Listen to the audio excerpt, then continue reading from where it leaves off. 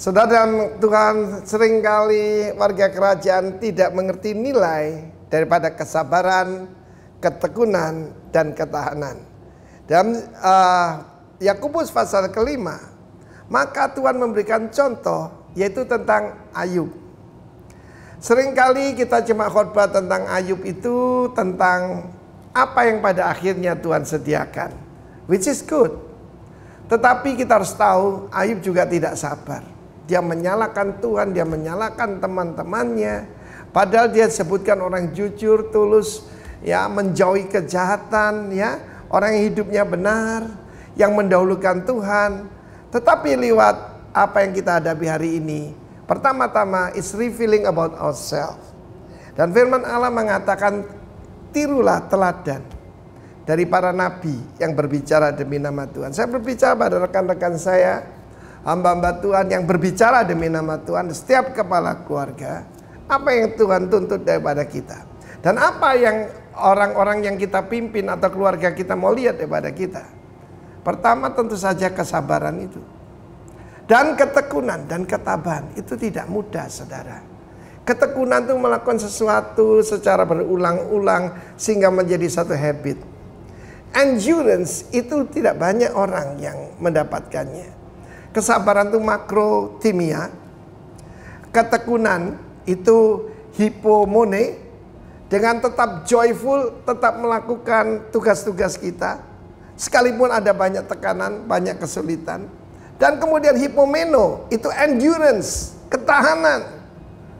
Saudaraku kasih Tuhan, in your patience possess ye your soul.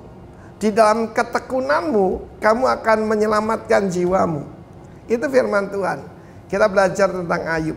Tapi penekanannya di sini apa yang pada akhirnya Tuhan sediakan. Kita bicara tentang the end. Akhir segala sesuatu lebih baik daripada awalnya. Saya memulai pelayanan saya dan kehidupan mengikut Kristus 40 tahun yang lalu. Yang penting bukan awalnya, bagaimana saya mengakhirinya. Apakah saya akan mencapai yaitu keutuhan, ya, sempurna, lacking nothing. Karena itu yang penting itu bukan doing, bukan khotbah saya, bukan nubuatan, bukan tulisan-tulisan saya. Yang penting itu being. Karena firman Tuhan dikatakan Tuhan itu maha penyayang, penuh dengan belas kasihan, ya. Polis planktos itu artinya lebih dari belas kasihan, tapi luar biasa, ya. Kalau saya membaca itu karena goalnya itu Tuhan Yesus. Ketika Tuhan melihat orang banyak yang terlantar itu, tergeraklah hatinya oleh apa? Belas kasihan. Biarlah saudara dan saya yang mencapai buah yang matang, tidak kekurangan sesuatu apapun, dan biarlah sifat Tuhan itu ada pada kita. Saya percaya setelah melalui ujian itu, Ayub menjadi pribadi yang baru. Karena firman Allah mengatakan, ketika Ayub berdoa buat teman-temannya yang mengata-ngatai dia, maka saudaraku, Tuhan memulihkan keadaannya. Baru-baru ini sedikit kesaksian, saya diberitakan di mana-mana Pak Arifin itu tinggal menunggu waktu karena terpapar COVID-19. Padahal tidak seperti itu. Tapi di situ saya tahu ada orang yang mengutuki saya dan ada orang yang mendoakan saya. Dan apa tugas saya? Mendoakan orang-orang yang pura-pura baik itu, saudaraku. Supaya apa? Supaya nanti seperti Ayub, maka Tuhan menyediakan mahkota kehidupan. Saya yakin dan percaya, nanti pelajari lagi kitab Yakobus ini luar biasa, very practical. Dan saya percaya saudara dan saya mencari mahkota kehidupan itu yang sifatnya kekal. God bless you warga kerajaan. Amin.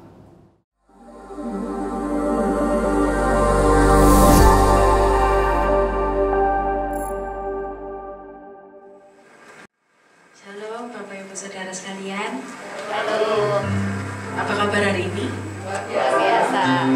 Mari kita siapkan hati kita untuk masuk dalam hadirat Tuhan. Mari kita berdoa. Terima kasih Tuhan untuk hari yang baru, untuk minggu yang baru telah Kau berikan kepada kami. Sekarang kami akan masuk lebih dalam lagi dalam hadirat-Mu Tuhan. Berasal Tuhan pada pagi hari ini. Dalam nama Tuhan Yesus, haleluya, amin.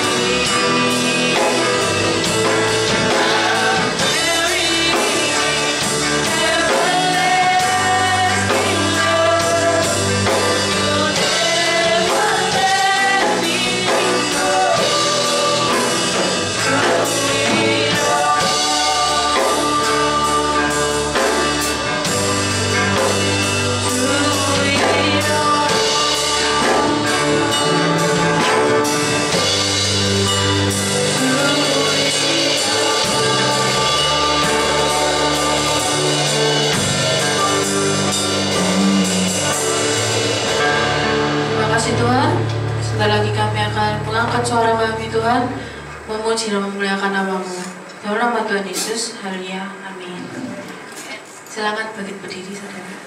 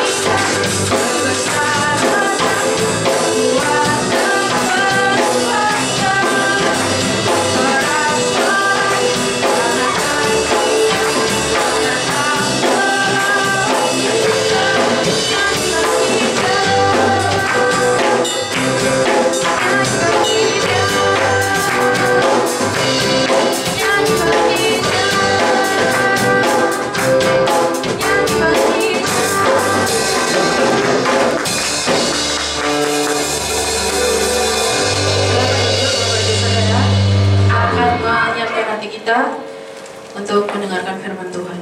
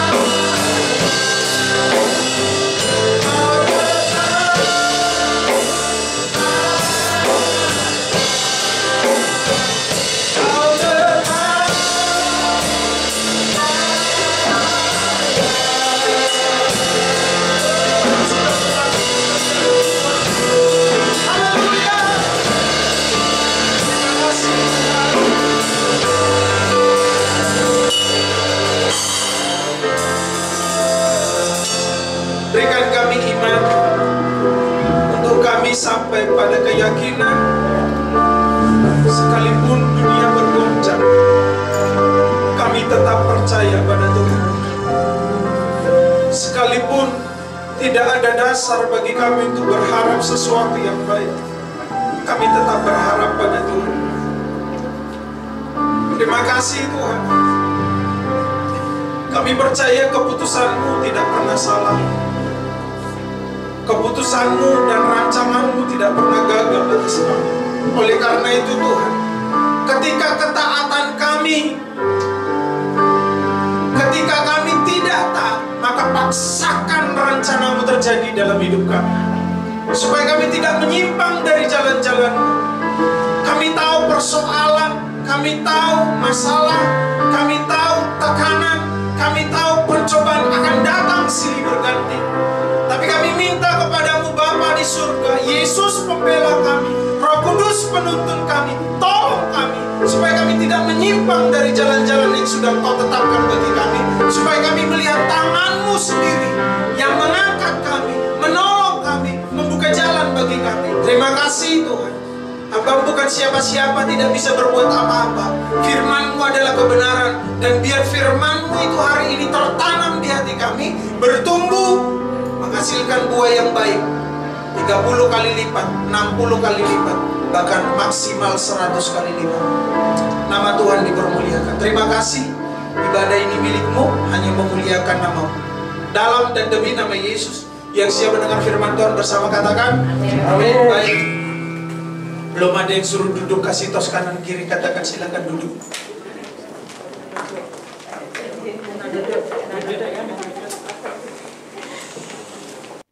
Baik, ya temanya membangun. Nah, saya akan mulai dengan satu kalimat yang sederhana, tapi sebenarnya susah. Sederhana tapi susah itu banyak ya, betul enggak? Sederhana tapi sulit. Berdoa itu sederhana enggak? Tapi susah. Tekun itu sederhana enggak? Tapi susah. Memuji itu sederhana enggak? Tapi susah. Karena tantangan berdoa banyak. Halangan berdoa banyak. Betul ya? Lebih banyak halangannya daripada kesempatannya. Ya. Jadi banyak hal yang sederhana yang punya dampak besar tapi susah. Nah, kita sudah tahu bahwa dampak dari sederhana ini pasti besar. Tapi kita nggak bisa lakukan dengan maksimal. Karena susah. Karena memang benar meskipun sederhana, tapi kalau susah dilakukan jadi malas. Betul? Nah, Bapak Ibu yang kekasih dalam nama Tuhan sesuai dengan tema membangun, mari kita simak pelan-pelan. Pembentukan tidak akan pernah berhasil tanpa ketaatan. Oke? Pembentukan tidak akan pernah berhasil tanpa ketaatan. Pertumbuhan tidak akan pernah berhasil tanpa ketaatan. Amin. Jadi ketaatan itu sederhana enggak? Sederhana, ikuti aja, kan gitu sih. Tapi susah. Susah banget. Lawannya banyak. Perasaan, pikiran, waktu, situasi, tekanan, persoalan. Banyak. Padahal sebenarnya sederhana. Saya ingatkan lagi, firman Tuhan udah pernah bilang, bukan udah pernah, dan itu terus tercatat. Di luar aku kamu tidak bisa berbuat apa-apa. Betul? Sederhana bukan? Tapi masih percaya bahwa di luar Tuhan kita bisa berbuat apa-apa? Percaya, buktinya kita di luar Tuhan kok lebih sering daripada di dalam Dia. Betul? Tuhan udah bilang, di luar aku kamu tidak bisa berbuat apa-apa. Tapi pertanyaan saya sederhana, siapa yang masih mengandalkan kekuatannya sampai hari ini? Dan percaya bahwa pikirannya, kekuatannya, kemampuannya, keahliannya lebih bisa menyelesaikan masalah lebih cepat daripada yang dipikirkan. Betul? Sederhana bukan? Nah, mari kita belajar. Sekarang kita buka Alkitab kita dalam Yesaya pasal yang ke-40. Sederhana sekali, 2 poin penting saja yang akan kita pelajari karena waktu kita ya tinggal 15 menit. Ya. Nanti kita baca selesai pulang. Enak ya? Loh kan kalau sudah jelas tidak perlu dijelaskan lagi. Kalau sudah jelas dijelaskan itu mumet namanya. Ya. Kalau sudah jelas, nanti kalau saya tanya ada amin, amin berarti sudah jelas. Cukup sampai di situ. Oke? Kita buka Yesaya pasal yang ke-40, mulai dari ayat yang ke-27 sampai 31. Nah, ini tangannya Willy. Ya betul ya. Ini Willy apa? Oh. Bukan. Oh Daud. Oke. Daud bin Isai bin Konjin. Ya. Saya ayat yang ke-27, Bapak Ibu Saudara sekalian ayat yang ke-28 sampai 31. Mengapakah engkau berkata demikian hai Yakub dan berkata begini hai Israel, hidupku tersembunyi dari Tuhan. Dengar ya, hidupku tersembunyi dari Tuhan dan hakku tidak diperhatikan oleh Allahku. Oke, ayat 28.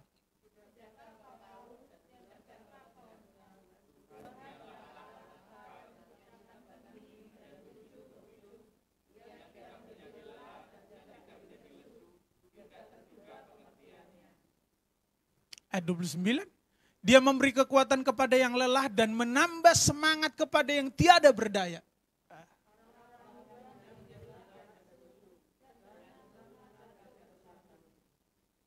31 kita baca bersama-sama, 2, 3. Tetapi orang-orang yang Tuhan mendapat kekuatan yang baru, mereka seumpama Raja Wali yang naik terbang dengan kekuatan sayapnya, mereka berlari dan tidak menjadi lesu, mereka berjalan dan tidak menjadi lelah. Amin? Udah jelas, amin. Baik. Oke, nah apa yang perlu kita bangun dalam diri kita? Sederhana sekali, kita akan bicara sesuatu yang sederhana. Yang pertama, supaya kita nggak lama karena waktunya tinggal 11 menit lagi. Dimensi spiritual, dimensi rohani. Ingat, yang bertahan itu bukan jasmani. Oke? Andre sekarang bersama dengan istrinya di sampingnya. 30 tahun lagi kamu nggak lihat dia dengan wajah yang begitu lagi. Kerutannya di mana-mana. Mungkin lemaknya bisa berkurang, tapi kerutannya kemana-mana. Tahu? Jasmani tidak bertahan. Maka yang perlu kita bangun, yang paling utama adalah dimensi rohani. Kenapa harus dimensi rohani? Karena itu dimensi terdalam di mana kita terhubung dengan Tuhan. Jelas? Kenapa harus terhubung dengan Tuhan? Karena Tuhan adalah sumber. Katakan Tuhan adalah sumber. Sumber apa saja? Sumber semua perlengkapan yang kita butuhkan untuk berjuang selama kita hidup dalam tubuh jasmani. Amin. Sumber segala sesuatu yang kita butuhkan selama kita berjuang di dalam tubuh jasmani yang ditentukan oleh Alkitab berkata minimal 70 tahun, itu normalnya Alkitab, baru 80 tahun tapi kesusahannya sudah banyak. Nah kalau 80 tahun kesusahannya banyak, 70 tahun kan ada kesusahan-kesusahan. Nah dalam kesusahan-kesusahan ini yang menopang kita supaya kita bisa kuat, yang menopang kita supaya kita bisa berjuang, yang menopang supaya kaki kita tetap melangkah, yang menopang supaya pikiran kita tetap bersih, yang menopang supaya kita yakin bahwa Tuhan tidak pernah meninggalkan kita, bahwa Tuhan selalu ada bersama dengan saya, bahwa Tuhan selalu ada di dalam saya, supaya dia bisa memberikan kemenangan kepada saya, maka bangunlah dimensi rohani supaya kita terhubung dengan surga. Beberapa 1 bulan yang lalu kalau nggak salah saya katakan begini. Kalau pekerjaanmu, usahamu yang sudah kamu usahakan dengan capek, pelayananmu, rekanmu tidak bisa memberi engkau makan, surga akan kasih. Karena ada orang udah capek, lelah, ngerjakan ini nggak bisa. Padahal udah berusaha, seolah-olah kita dianggap malas, nggak bisa ngapa-ngapain. Bukan, memang belum jalannya. Kenapa? Supaya kita lihat tangan Tuhan kayak turun langsung gitu loh. Saya cerita sedikit. Beberapa hari yang lalu, saya telepon seseorang karena saya memperoleh sesuatu. Saya tanya, kok bisa? Saya nggak sebut daerahnya, supaya nggak tahu orang, supaya menebak-nebak orang mana sih. Kalau kemarin kan saya bilang orang Bandung. Enggak, ini bukan orang Bandung. Dan anehnya ngomong begini, saya mimpi kamu 3 kali. Yang mimpi ini laki-laki loh ya. Ada orang yang mimpiin kalian 3 kali, mengingat kalian. Aneh enggak? Padahal hubungan kita tidak begitu, enggak sahabat enggak. Kenal iya, pelayanan iya, orangnya baik iya, betul. Tapi ngapain fokusnya ke saya? Makanya saya bilang, ketika segala sesuatu nggak bisa memberi pertanggungjawaban kepadamu untuk mencukupi kebutuhanmu, maka surga kasih langsung. Langsung bilang sama Andre, mimpiin Anton. 3 kali, gelisah dia. Sampai akhirnya harus turun tangan. Bisa nangkap gak sih? Makanya saya bilang, mari bangun dimensi rohani, karena kalau kita kehilangan dimensi rohani, maka semua yang kita lakukan hanya berbau jasmani. Bekerja untuk memenuhi keinginan perut dan daging. Betul? Banyak uang, pikirannya mau jalan-jalan kemana, mau liburan kemana. Oh enggak salah, orang rohani juga harus liburan. Enggak, tapi prioritasnya beda. Maka saya pesan begini kepada semua jemaat yang hadir hari ini, jangan sampai kita kehilangan yang disebut dimensi spiritual. Habis ini yang bertanggung jawab atas hidup kita adalah yang rohani. Saya udah pernah ngomong, maaf ya, ini direkam, mungkin ada yang dengar di luar sana. Apapun makanannya, keluarnya semahal apapun makanannya, keluarnya tetap Anda siram. Loh kalian ketawa, tapi itu benar ya? Ada yang pernah makan makanan sampai habis jutaan? Ada dong. Ada. Terus maaf, ketika sakit perut, sampai gini nggak disiram, sayang, mahal. Ada? Loh, ini lucu. Tapi ini benar enggak sih? Semahal apapun makanan yang kita makan, semahal apapun baju yang kita pakai, ujung-ujungnya jadi keset. Setelah bertahun-tahun, berpuluh-puluh tahun, kecuali ibu-ibu, lebih suka pakai darster yang koyak-koyak. Isis. Betul gak sih? Maka mari perkuat dimensi rohani. Apa sih dimensi rohani? Bagaimana membangunnya? Baca kitab suci. Doa tiap hari. Sederhana? Sederhana? Susah? Kalau gampang semua orang bisa. Kalau gampang semua orang kuat. Kalau gampang semua orang hebat. Kalau gampang semua orang cerdas. Kalau gampang gereja bertumbuh luar biasa. Tapi karena yang sederhana itu susah. Maka banyak dari antara kita termasuk saya. Kalau orang gak punya dimensi rohani yang kuat, bersungut-sungut terus. Padahal Alkitab berkata asal ada makanan, minuman, cukup. Nah, kita kalau asal ada makanan, minuman, rumah mewah, mobil mewah, pabrik, perusahaan, karyawan banyak cukup.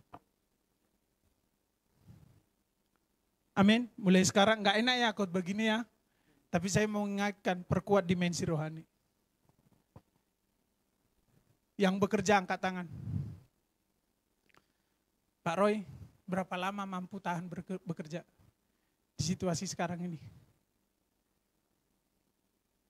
Saya mau ingatkan, suatu saat pekerjaanmu akan meninggalkan kau. Pensiun kan? Yang bertahan setelah itu apa? Dimensi rohani tidak ada pensiunnya. Surga nggak pernah pensiun. Kalau kita menganggap diri kita adalah pekerja Allah, pemberita Injil, pelayan Tuhan, tidak ada pensiun. Dunia kasih batas usia untuk seorang memimpin. Tapi surga nggak pernah kasih batas untuk kita tetap memberitakan firman. Kasih istrimu kepadamu bisa berkurang, bahkan mungkin suatu saat hilang. Kasihmu juga ke istrimu suatu saat bisa hilang. Kasih Tuhan tidak pernah. Maka saya ingatkan pada diri saya, dan juga pada semua, jangan sampai ada berhala.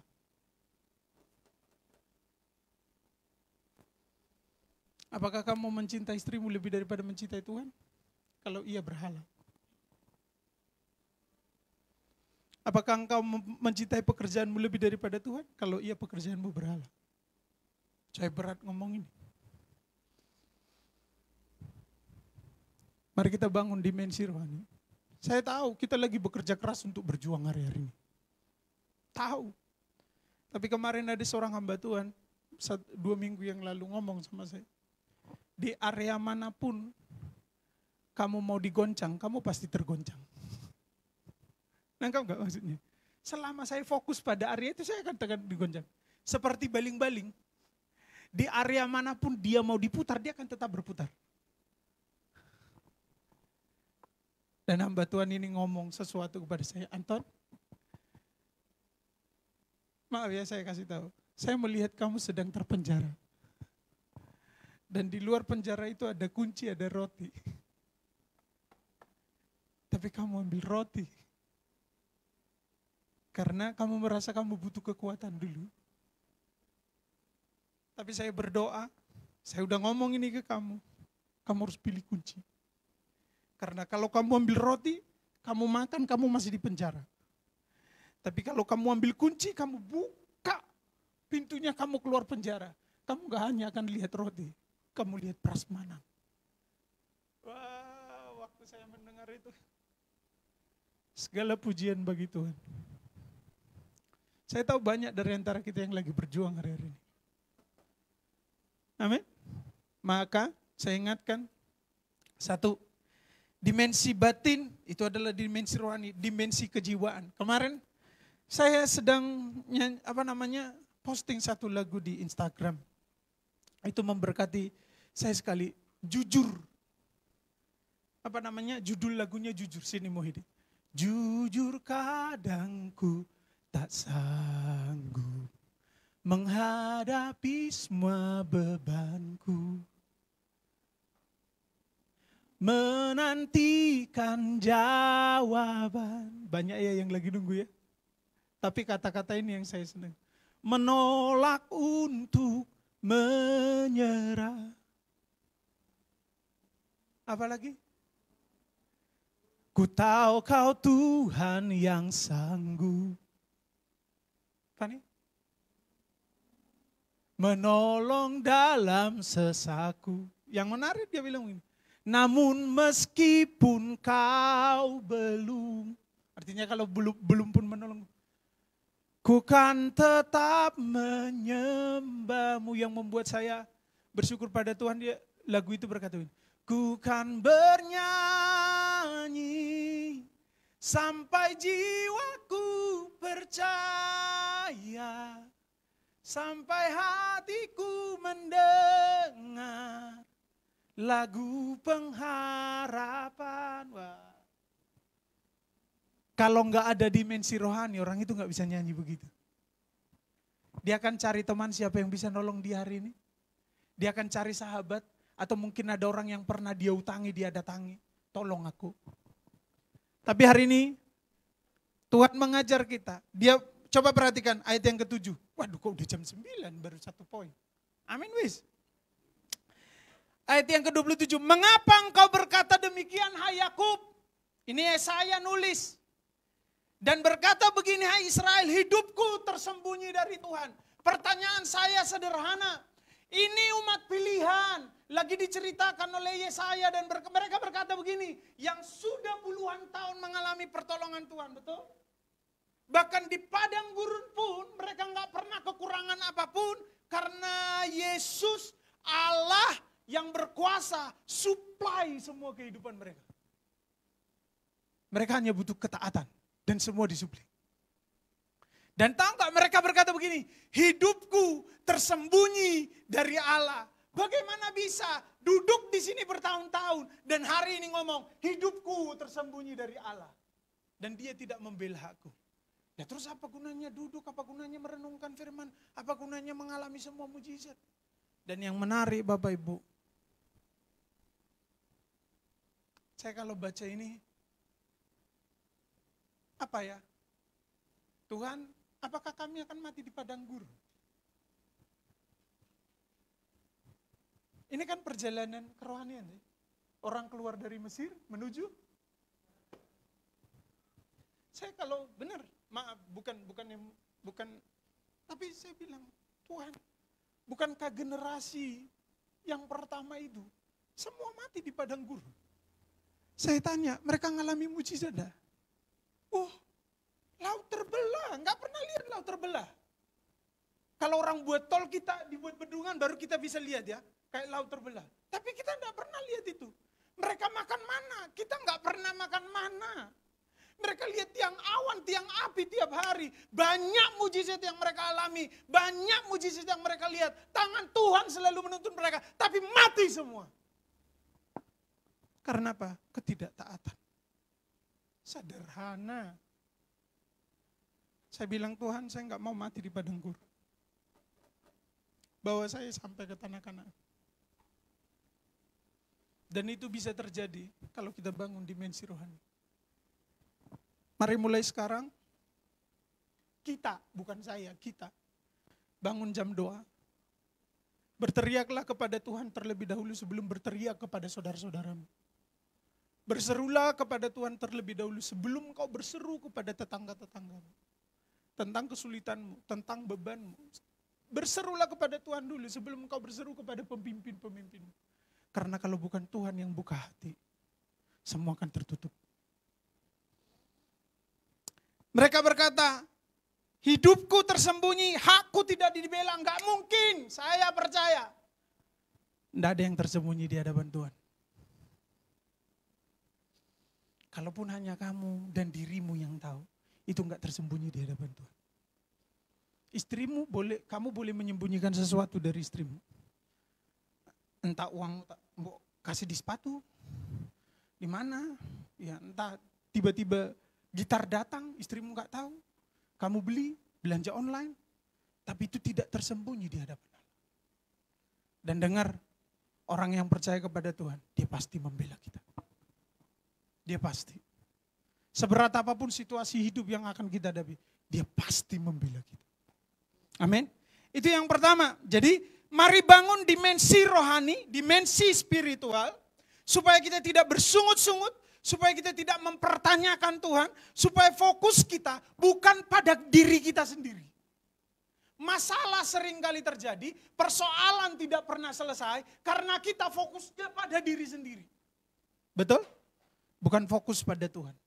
Aku enggak ditolong, aku enggak diperhatikan. Maka begini, saya renungkan. Coba kita pelan-pelan dengar. Banyak orang tulus kecewa karena ketulusannya. Masuk akal enggak? Katanya tulus. Lah terus tulus kok kecewa? Banyak orang baik kecewa karena kebaikannya. Lah terus saya tanya, dia orang baik enggak? Katanya orang baik. Kok kecewa karena kebaikannya? Lah kalau saudara dan saya baik ke orang lain tidak baik kepada saudara, dan saudara kecewa, sebenarnya saudara orang baik apa bukan? Sebenarnya bukan. Orang pura-pura baik. Orang pura-pura tulus. Saya baca firman Tuhan, saya diingatkan begini. Apabila seorang hamba pergi ke ladang menyiapkan segala sesuatu yang dikerjakan, kemudian tuannya memanggil dia datang ke rumah. Mempersiapkan makanan, bayangin udah capek ya. Mempersiapkan makanan untuk tuannya. Setelah tuannya selesai makan, adakah tuannya berkata terima kasih? Dan Alkitab berkata begini, karena kami ini hamba, bukan kata terima kasih yang kami butuhkan. Karena kami melakukan apa memang yang harus kami lakukan. Aduh Tuhan kok berat banget ya hari-hari ini ya. Jadi stop. Hanya pengen senang dengan kata terima kasih. Andre, makasih ya sudah bantu pelayan. Senang kamu sebentar, habis itu kecewa. Stop, hanya pengen mendengar kata-kata pujian. Meskipun pujian itu penting. Tapi bukan itu yang utama. Amin. Mari bangun dimensi spiritual. Supaya orang tulus tidak kecewa lagi karena ketulusannya. Supaya orang baik tidak kecewa lagi karena kebaikannya. Supaya ketika apapun yang terjadi, kita nggak berubah. Tetap jadi orang baik, tetap jadi orang tulus, tetap jadi orang benar. Tetap jadi orang yang berdampak bagi orang lain. Satu. Yang kedua, yang terakhir. Dalam waktu yang sesingkat-singkatnya. Amin. Coba perhatikan, dikatakan begini, ayat yang ke-29. Dia memberi kekuatan kepada yang lelah. Firman Tuhan Matius 10 ayat yang ke-28 berkata begini, marilah kepadaku semua yang letih lesu. Aku akan memberikan. 1 Korintus 10 ayat 13 berkata begini, pencobaan-pencobaan yang kamu alami adalah pencobaan biasa, tidak melebihi kekuatan manusia. Pada waktu kamu dicobai, dia akan memberikan jalan keluar supaya kamu dapat menanggungnya. Bayangin ya, pada waktu kita dicobai, jalan keluarnya sudah ada, supaya jalan keluar itu menjadi penghiburan, supaya kita bisa menjalani kehidupan selanjutnya. Amin. Bayangi kalau persoalan tidak pernah ada jalan keluar. Seperti saudara menemukan gembok sama kunci tapi nggak match. Masuk sih masuk, diputar sih bisa diputar, tapi enggak klik. Kita itu gitu. Dikatakan, dan menambah semangat kepada yang tiada berdaya. Ini doa saya terus menerus. Kalau hari ini ada yang tidak berdaya dari antara saudara, ada yang sudah letih, ada yang sudah lesu, ada yang sudah capek, ada yang sudah stop berharap. No. Keep moving. Jalan terus. Bergerak terus.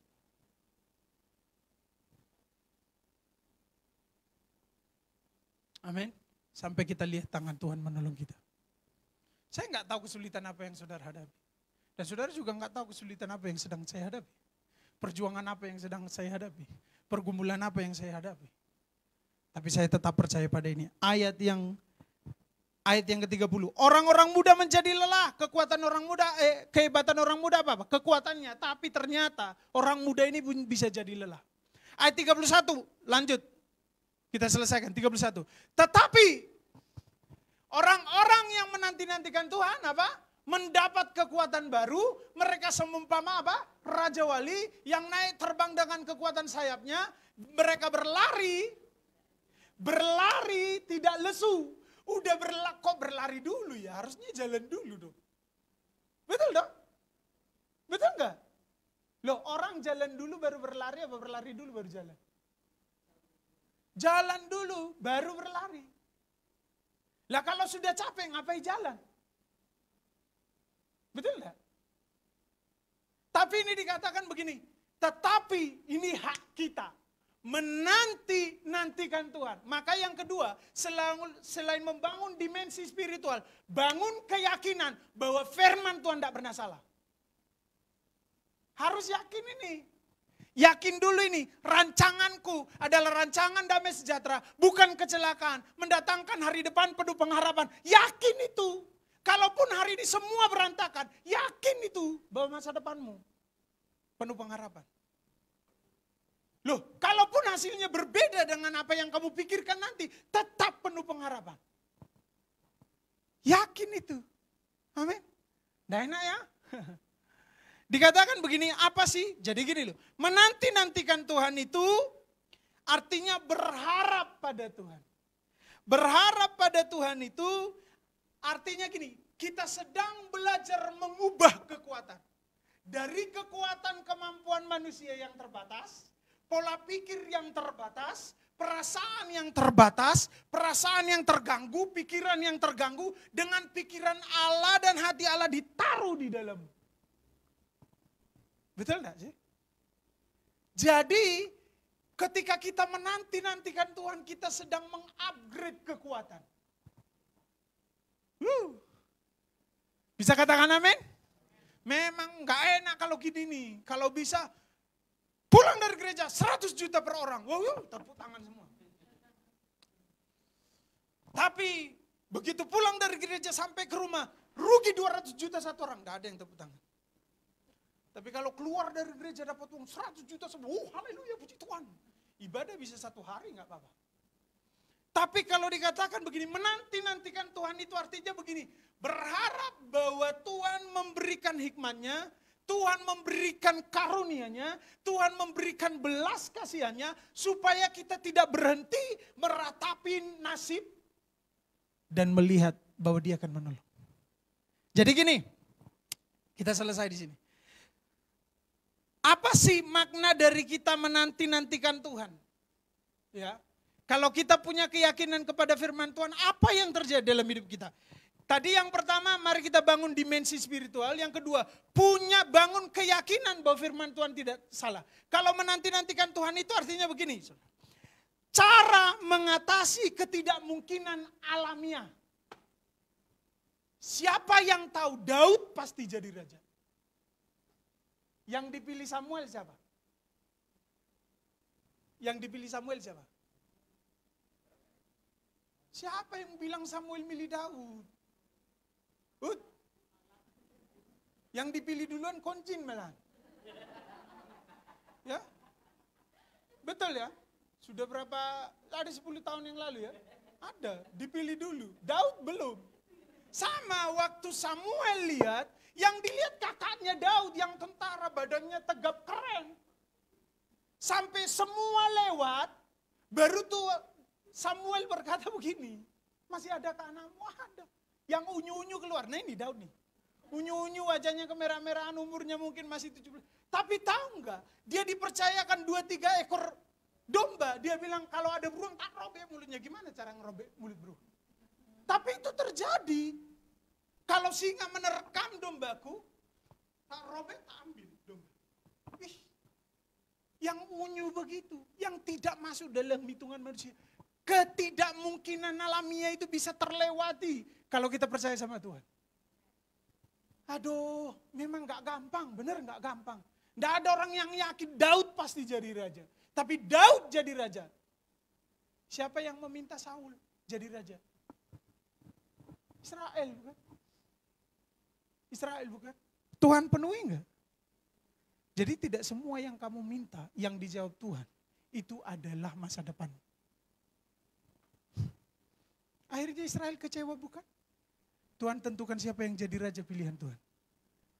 Daud. Dan Tuhan berkata, mengenai dia, aku berkenan. Karena dia mengenali isi hatiku. Amin. Jadi itu yang pertama. Yusuf, siapa yang nyangka Yusuf akan jadi Perdana Menteri? Dari semua proses kehidupannya. Ketidakmungkinan alamiah. Dan dia jadi Perdana Menteri di Mesir. Yang secara alami tidak mungkin orang Israel jadi Perdana Menteri di Mesir. Tapi dia harus melewati sumur dulu, dijual dulu sama saudaranya. Dimasukkan ke sumur dulu, dibawa dulu. Ketemu Tante Potifar dulu. Dikatakan bahwa dia mau memperkosa tante-tante. Padahal dia sudah baik luar biasa. Waktu Yusuf ada di situ semua diberkati. Kalau kita dipercaya orang semua rugi. Kadang-kadang kan gitu. Kalau dia enggak semua diberkati. Bayangin ya, semua hartanya berlipat ganda. Hanya satu yang enggak diserahkan ke dia. Istrinya. Nah istrinya menyangka bahwa dia diserahkan kepada Yusuf. Ku serahkan Yusuf. Dan tahu apa akibat dia menolak. Dan melakukan yang benar. Saya baru tahu kasih menutupi banyak pelanggaran itu enggak enak. Tapi tenang. Serius. Kita seolah-olah jadi korban, benar. Tapi kita kuat. Dia masuk penjara kan? Di penjara dia diapain? Dipercaya, dikasih kunci penjara. Di penjara dia diapain? Ketemu sama siapa? Juru minum raja namanya. Roti. Dia cerita, dia diingat enggak. Tapi waktu Tuhan pasti nungguin yang enggak enak. Maka kita masuk pada poin kedua. Menanti-nantikan Tuhan adalah cara mengatasi kelemahan alamiah. Tadi ketidakmungkinan ya. Segala sesuatu. Jadi kalau ada orang bilang, gak mungkin kamu bahagia, gak mungkin rumah tanggamu baik, gak mungkin rumah tanggamu pulih, gak mungkin usahamu pulih, gak mungkin kamu, gak mungkin. Gak apa-apa. Bagi surga mungkin. Amin. Gak apa-apa. Dengar aja. Jangan diimani. Kadang-kadang saya kasih, kita habis selesai ini.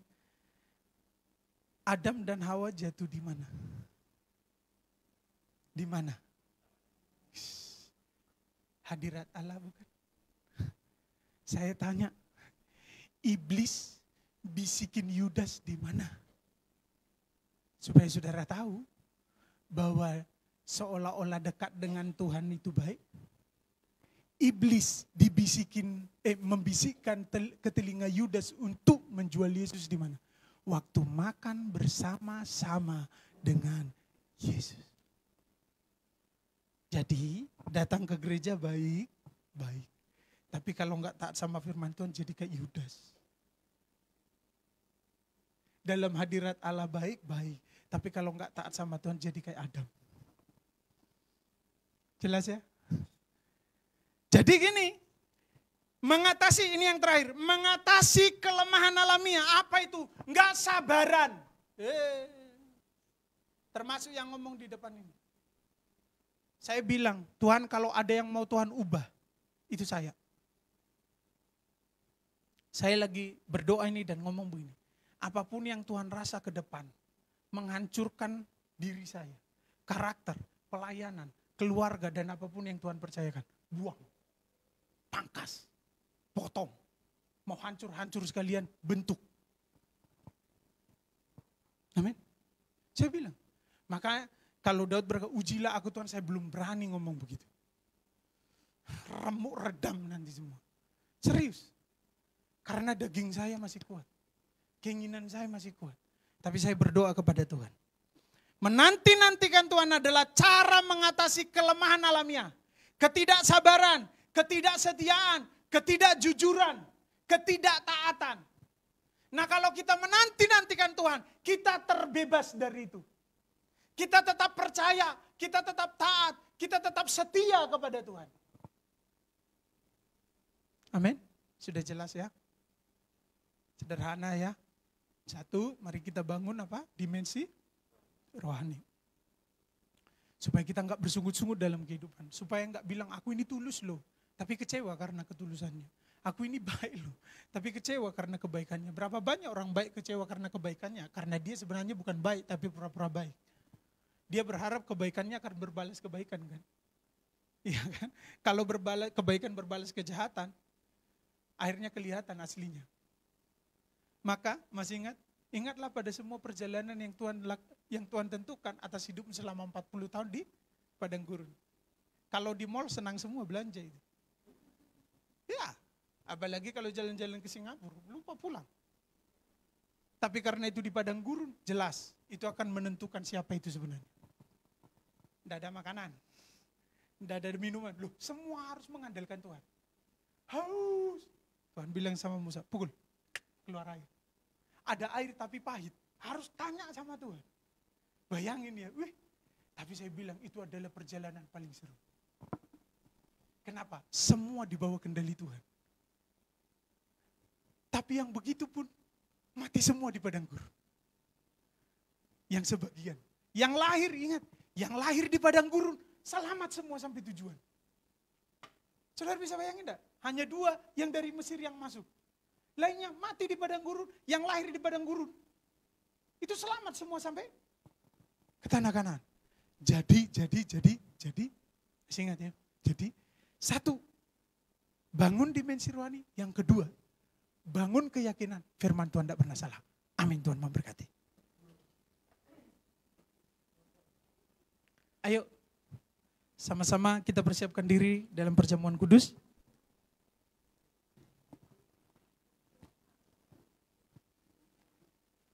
Haleluya.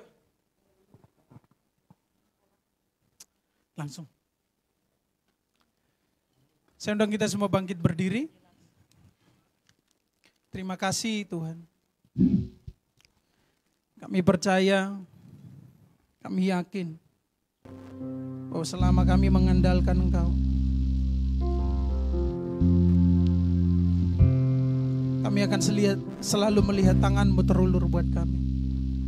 Tolong kami Tuhan, supaya pulang dari tempat ini, kekhawatiran tidak menghimpit firman-Mu. Tapi firman-Mu ada di tanah yang subur. Terima kasih Tuhan. Apakah semua jemaat Tuhan sudah mendapat roti dan anggur? Kalau sudah, mari angkat roti dengan tangan kanan kita lebih tinggi dari atas kepala kita. Mari kita dengarkan firman Tuhan. Sebab apa yang telah kuteruskan kepadamu telah aku terima dari Tuhan, yaitu bahwa Tuhan Yesus pada malam waktu Ia diserahkan mengambil roti, dan sesudah itu Ia mengucap syukur atasnya, Ia memecah-mecahkannya dan berkata, inilah tubuhku yang diserahkan bagi kamu. Perbuatlah ini menjadi peringatan akan aku. Bukankah roti yang atasnya kita ucapkan syukur adalah persekutuan kita dengan tubuh Yesus? Amin. Mari kita makan dalam nama Yesus. Terima kasih Tuhan. Makasih Yesus. Tubuhmu adalah makanan dan darahmu adalah minuman, sehingga kami beroleh keselamatan, beroleh anugerah yang daripada Tuhan. Terima kasih Tuhan. Mari angkat cawan anggur dengan tangan kanan kita lebih tinggi dari atas kepala kita. Kita dengarkan firman Tuhan. Demikian juga Ia mengambil cawan sesudah makan lalu berkata, cawan ini adalah perjanjian baru yang dimateraikan oleh darahku. Perbuatlah ini setiap kali kamu meminumnya menjadi peringatan akan aku. Bukankah cawan anggur yang atasnya kita ucapkan syukur adalah persekutuan kita dengan darah Yesus? Amin. Mari kita minum dalam nama Yesus. Terima kasih Tuhan. Mari ucapkan syukur kepada Tuhan. Haleluya, haleluya. Terima kasih Yesus. Kami bersyukur, kami menikmati-Mu Tuhan. Haleluya, haleluya.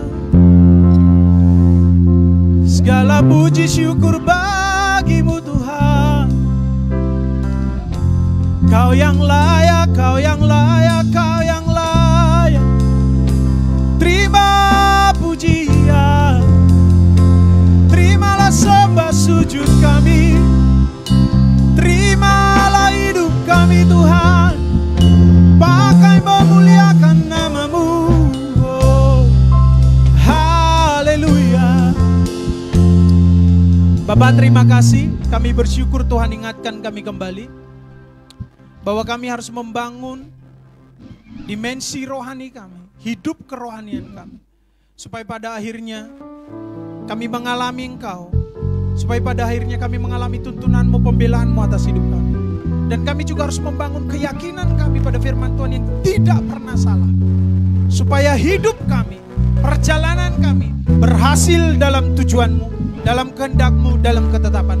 Hamba berdoa buat setiap jemaat Tuhan yang hadir hari ini. Kalau ada yang sedang mengalami pergumulan, mengalami beban berat, mengalami persoalan, Bapak ulurkan tangan-Mu, jamah setiap hati kami, jamah pikiran kami, supaya si jahat tidak mengambil keuntungan dari semua kelemahan kami, tapi kami tetap percaya bahwa firman-Mu ajaib, firman-Mu berkuasa akan membawa kami dari kemenangan menuju kepada kemenangan.